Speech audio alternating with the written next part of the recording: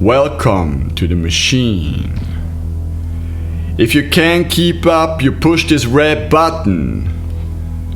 The foreman pointed his finger to a red button next to the machine.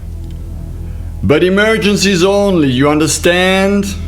The machine needs time to restart once it has been switched off, and we are losing valuable production time. I nodded. I'll show you. He pushed the green button. The machine howled and after a while started spitting out piles of paper. The foreman grabbed the pile, gave it a push here and a shake there, and everything was perfectly stacked with no paper sticking out.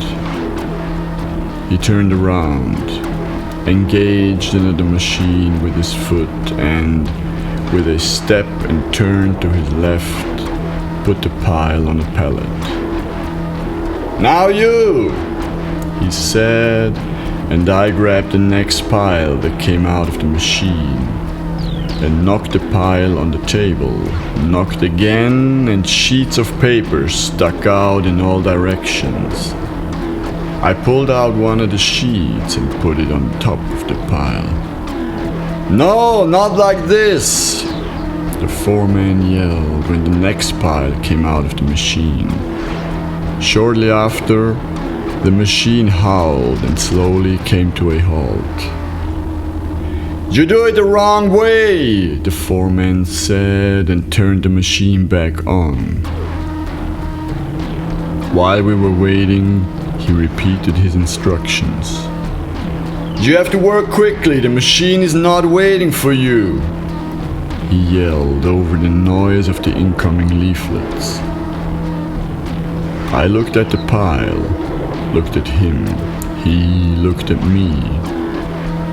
When I realized that he was not going to show me again, the second pile of leaflets came out of the machine. I grabbed the first pile, knocked it on the table, knocked again and again. They are stuck to each other, I yelled. I was tempted to pull out those leaflets again and putting them on top, or maybe just let the pile disappear under the table, when the third pile came out. The machine gave a roar. God damn it, you're too slow, the foreman yelled. Can't you turn down the speed of the machine? I asked. Those damn leaflets stick to each other and it's impossible to keep up this way. The foreman fumbled around on the machine. Okay, for now it's running at a slower pace. Now you should be able to manage. Half an hour later, I stood at another machine. This time, it was thick, heavy catalogs. Well, you should be able to handle this one, the foreman yelled, even though the machine was still turned off. I moved as fast as I could and managed the first few rounds. Then again, the second pile pushed the first pile forward. I looked around. The foreman was out of sight. I let the first pile drop to the floor and started sorting the second pile. Pushed it under the binding machine and threw it onto the pallet, where a dozen piles of catalogs lay scattered around. A couple of minutes later, the machine roared up.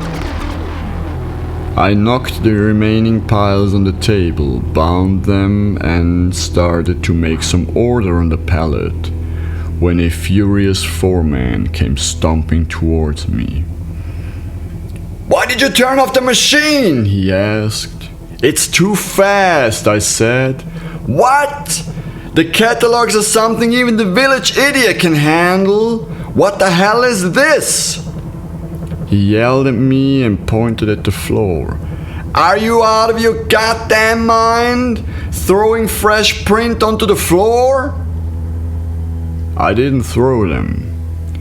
Printings do not belong on the floor, are we clear? I looked at the piles of catalogs scattered around on the floor.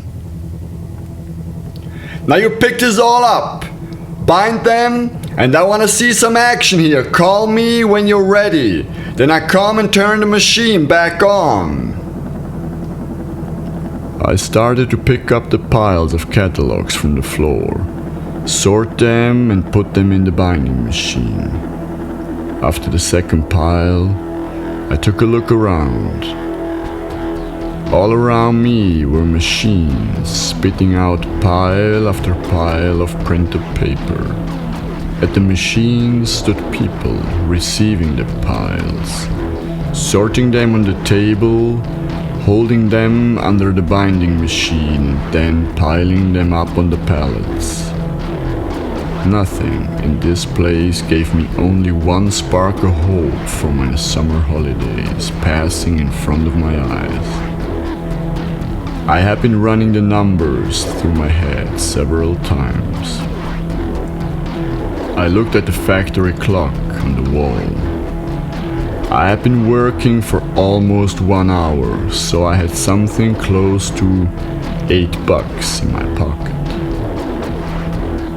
I imagined what I could buy with this money. Then I picked up another pile from the floor, used the floor pedal, looked at the clock again while I put the catalogs on the pallet. I was 14 back then, working in a factory where machines were working faceless human beings, spitting pile of printed paper at them 24/7.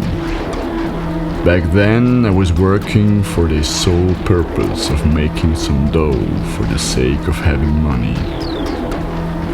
I saw the foreman approaching.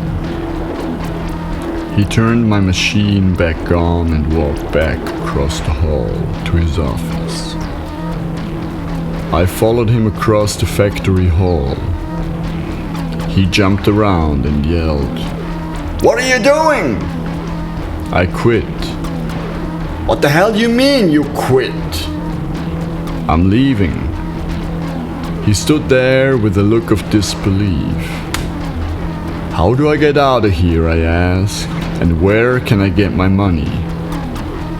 He didn't answer, but instead ran across the factory hall to turn off the machine, spitting out pile after pile of catalogs. I didn't wait. He'd probably be the wrong guy to ask for a way out of here anyway. Back at the bus station, instead of taking the bus, I decided to walk back to the city center. The coins felt heavy in my purse.